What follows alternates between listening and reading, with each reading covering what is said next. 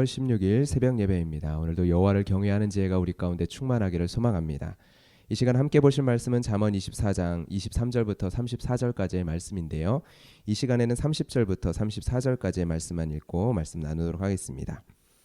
내가 게으른 자의 밭과 지혜 없는 자의 포도원을 지나며 본즉 가시덤불이 그 전부에 퍼졌으며 그 지면이 거친 풀로 덮였고 돌담이 무너져 있기로 내가 보고 생각이 깊었고 내가 보고 훈계를 받았노라. 내가 좀 더 자자 좀 더 졸자 손을 모으고 좀 더 누워있자 하니 내 빈궁이 강도같이 오며 내 곰핍이 군사같이 이르리라. 아멘. 오늘 본문 말씀 가운데서 30절부터 34절까지의 게으름에 대한 말씀을 같이 묵상하고자 하는데요. 여러분, 성경에서 게으름의 반대말을 찾아보라 라고 한다면 어떠한 단어, 어떠한 표현을 찾겠습니까? 당연히 가장 먼저는 부지런함이라는 단어를 생각하게 될 것입니다. 그런데 신약 성경에 보면 아주 적절한 하나의 단어가 있습니다. 마태복음 24장 45절의 말씀인데요. 제가 한번 읽어보겠습니다. 충성되고 지혜 있는 종이 되어 주인에게 그 집 사람들을 맡아 때를 따라 양식을 나눠줄 자가 누구냐? 충성되고 지혜 있는 종이 되어 주인에게 그 집 사람들을 맡아 때를 따라 양식을 나눠줄 자가 누구냐? 잠언 30장에 오늘 본문의 30절에 게으른 자와 지혜 없는 자를 동의어로 말하는 것처럼 마태복음에서는 충성된 자와 지혜 있는 자를 동의어로 표현을 하는데요. 게으름의 반대말로 부지런함보다 충성됨이 그 의미를 가장 잘 드러낸다라고 생각이 됩니다. 부지런함 대신 충성됨, 그것을 게으름의 반대말로 우리가 말할 수 있는 이유는요.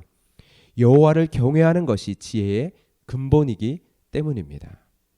우리의 일상의 삶에 대한 지혜를 말할 수 있는 근거는 우리의 일상의 삶을 허락하신 우리의 창조주 하나님이 계시기 때문입니다. 만약 우리를 지으신 창조주가 없다면 그분에 대한 경외함 없이 인생이라는 것이 아무런 목적이 없다라고 말한다면 우리는 게으름에 대해서도 말할 수 없을 것입니다. 인생은 각자 자신의 것이라면, 삶이 전적으로 자신의 것이라면 자신의 행복을 위해서 게으름을 선택할지라도 우리는 할 수 있는 말이 없을 것입니다. 좀 더 자자, 좀 더 졸자, 좀 더 눕자.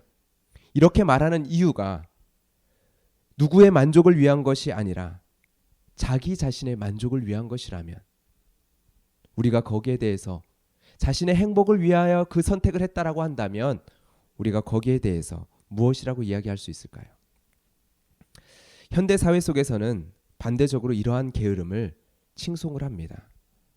게으름이라는 단어 자체에는 부정적인 의미가 담겨져 있지만 다른 표현을 통해서 이 게으름에 대하여 찬양하고 칭송합니다.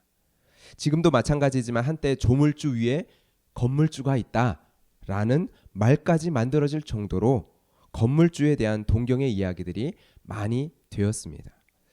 이유는 무엇일까요? 단 한 가지일 겁니다. 일하지 않아도 되는 삶, 그것에 대한 동경이 우리에게 있기 때문입니다. 건물주뿐 아니라 우리는 각종 재테크를 하며 재테크에 대한 이야기를 하며 노후의 삶을 이야기를 하면서 한 가지를 생각합니다. 어떠한 삶이요? 노동에서 은퇴하는 삶. 노동에서 은퇴해도 자유롭게 자신의 삶을 누릴 수 있는 삶. 바로 일하지 않아도 되는 삶에 대하여 우리는 생각합니다. 여러분, 이러한 시각으로 좀 더 자자, 좀 더 졸자라는 말씀을 본다면 어떨까요? 좀 더 자자라고 말할 수 있는 사람, 그러한 인생이 위너 아닙니까? 좀 더 졸자라고 말할 수 있는 사람이 인생의 성공자 아닙니까? 내가 소유한 밭과 포도원이 가시덤불로 덮여질지라도 돌담이 무너져 있어도 그런 것에 신경 쓰지 않아도 이미 충분한 재산을 가지고 있는 사람이라면 여러분 어떤가요? 좀 더 자자, 좀 더 졸자라고 하는 것이 그렇게 책 잡을 만한 일은 아니라고 말하지 않을까요? 여러분, 그러나 여호와를 경외하는 자의 삶은 그럴 수 없습니다. 이 세상이 어떠한 이야기를 할지라도, 이 세상이 어떠한 삶의 좋은 것들을 보여줄지라도 여호와를 경외하는 자의 삶은 그러할 수 없습니다. 여호와를 경외하는 사람은 오늘 본문의 지혜자처럼 이 사실을 깨닫습니다. 세상을 창조하시고 세상을 운행하시고 세상을 통치하시는 하나님이 계십니다. 그러나 내게 맡겨주신 밭과 포도원을 내가 잘 다스리지 않는다면 결과는 이와 같을 것입니다. 하나님의 다스리심에 내가 충성함으로 내가 수고하고 땀 흘리지 않는다면, 내가 수고하고 땀 흘려 경영하지 않는다면 결과는 이와 같을 것입니다.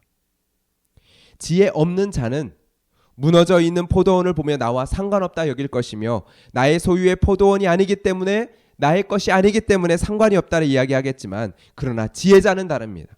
지혜자는 무너져 있는 포도원을 보며, 황폐한 포도원을 보며 그 땅을 풍성하고 풍요롭게 창조하셨던 여호와 하나님을 생각합니다. 그리고 그 여호와 하나님께서 다스리시지만 나를 통하여 다스리신다는 그 사실을 기억합니다. 그렇기에 무너져 있는 포도원의 돌담과 거친 풀로 뒤덮여 있는 포도원을 바라보며 여호와 하나님을 경외하는 자는 깨닫습니다. 여러분, 여호와를 경외하는 삶이란 무엇일까요? 여호와를 경외하는 지혜를 가진 그 지혜자의 삶이란 무엇일까요? 바로 우리를 다스리는 자로 부름받은 그 사명을 기억하며 살아가는 삶일 것입니다. 나를 부르신 그 자리에 충성을 다하는 삶이 여호와를 경외하는 삶이라는 것을 기억하는 것일 겁니다. 여러분, 우리는 오늘의 말씀 앞에서 우리의 말씀을, 우리의 삶을 비추어 보면 어떨까요? 나는 게으른 자인가? 나는 충성된 종인가? 나는 게으른 지혜 없는 자인가? 아니면 나는 충성된 주님의 청지기인가? 분명 이 말씀 앞에서 우리는 기도의 응답이 나에게 있다라는 책임을 발견해야 할 부분이 있을 것입니다. 기도의 응답은 하나님께 있습니다. 그러나 응답을 기다리는 어떠한 기도의 내용들 가운데서는요, 분명히 하나님이 아닌 내가 응답해야 할 기도의 제목이 있을 수 있습니다. 하나님이 다스리십니다. 그런데 우리를 통해서 다스리십니다. 하나님이 잘하게 하십니다. 그런데 우리를 통해 물을 주며 가꾸게 하십니다. 우리가 충성하지 않아도 하나님은 하나님의 능력과 하나님의 뜻대로 하나님께서는 결국 하나님의 뜻을 이루실 것입니다. 이것을 부정할 수 없는 하나님의 주권, 우리가 고백하는 하나님의 능력입니다. 그런데 여러분, 우리가 충성하지 않으면 우리는 돌담이 무너진 포도원을 보게 될 것입니다. 포도 열매를 맺지 못하는 포도원을 보게 될 것입니다. 기도의 응답은 하나님께 있습니다. 때때로 긴 인내의 시간이 필요한 기도의 제목들이 있을 수 있습니다. 그런데 여러분이 응답하기를 원하셔서 하나님이 기다리고 계시는 내용이 있을 수 있습니다. 여러분, 그것이 있지 않습니까? 여러분이 응답하길 하나님께서 기다리고 계시는 기도의 내용이 여러분의 삶 가운데 있지 않습니까? 여러분에게 맡겨주신 것에 대한 하나님을 향한 충성으로 힘을 내어 일어나 가꾸어야 할 밭이 있지 않느냐 말입니다. 나는 지쳐 있어. 나에게는 힘이 없어. 나는 못하겠어. 나는 하기 싫어. 나는 지금 나만을 생각하기도 벅차. 나에게는 여력이 없어. 이건 내 책임이 아니야. 여러분은 이렇게 말하며 본문에 등장하는 게으른 자처럼 좀 더 자자, 좀 더 졸자, 좀 더 누워있자 말하고 있는 것이 있지 않느냐라는 것입니다. 분명 하나님께서는 우리의 기도에 귀를 기울이고 계십니다. 하나님께서는 우리의 부르짖음을 듣고 계십니다. 하나님은 응답하실 것입니다. 응답은 하나님께 있습니다. 그러나 그 하나님은 우리에게 가장 선한 길로 응답하실 수 있는, 응답하시는 그 하나님은 지금 기다리심으로 우리의 삶 가운데 응답하고 계시는 영역이 있을 수 있습니다. 길이 참고 인내하시며 여러분이, 저와 여러분이 우리의 삶 가운데 여호와를 경외함으로 응답하기를 기다리고 계시는 하나님의 응답이 있을 수 있다라는 것이죠. 충성되고 지혜 있는 종이 되어 주인에게 그 집 사람들을 맡아 때를 따라 양식을 나눠줄 자가 누구냐? 지혜 없는 자는, 이 세상의 지혜를 추구하는 자는 행복을 자신에게서 찾습니다.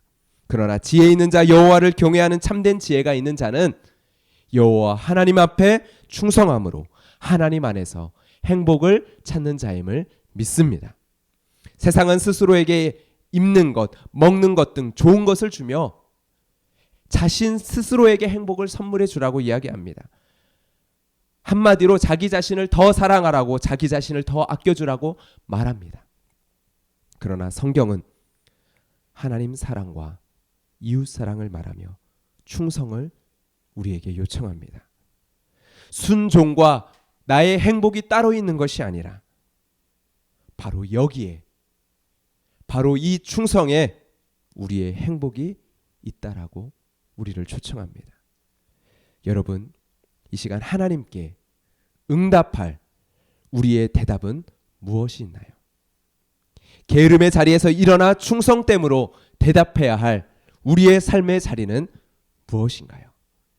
이 시간 이 말씀을 기억하며 기도하며 나아갈 때 하나님 앞에 이 질문을 질문하고 하나님께서 우리에게 깨닫게 하여 주시는 그 자리, 그 충성의 자리 앞에 우리가 응답함으로 나아갈 수 있기를 소망합니다. 이 시간 하나님께서 그것을 응답할 힘 또한 우리가 기도할 때 주실 줄 믿습니다. 이 시간 말씀을 붙들며 기도하며 나아가도록 하겠습니다. 하나님 아버지, 우리에게 이 말씀을 통하여 충성된 자리로 불러주시는 주님, 게으름의 자리, 그 자리에서 일어나 하나님 부지런하게 일어나 하나님께서 요청하시는 충성됨의 자리로 나오라 말씀하신 하나님, 그 말씀 앞에 우리가 반응하며 나아갈 수 있기를 원합니다. 좀 더 자자, 좀 더 졸자, 좀 더 누워있자 말하는 우리의 삶의 자리가 아니라 나는 지쳐있습니다, 나에게 힘이 없습니다, 나는 더 이상 못합니다, 나는 하기 싫습니다, 나는 나만을 생각하기도 벅찹니다 이야기하며 주저앉아있는 그 자리에서 일어나 하나님 아버지 앞에서 충성됨의 자리로 나아가야 될 내 삶의 자리를 깨닫게 하여 주시옵소서. 하나님의 말씀을 기억합니다. 충성되고 지혜 있는 종이 되어 주인에게 그 집 사람들을 맡아 때를 따라 양식을 나눠줄 자가 누구냐? 하나님께서 질문하시는 그 질문 앞에 하나님 나의 삶을 비추어 보게 하여 주시옵소서. 내 삶의 자리 가운데 하나님께서 기다리고 계시는 내가 응답해야 될 그 삶의 자리가 무엇인지 하나님 이 시간 깨닫게 하여 주시옵소서. 내가 기도하고 주님의 응답을 구하지만 그 영역들 가운데 하나님 아버지, 내가 주님 앞에서 일어나 충성되게 먼저 하나님 앞에 응답해야 될 삶의 자리가 분명히 있다라는 사실을 기억합니다.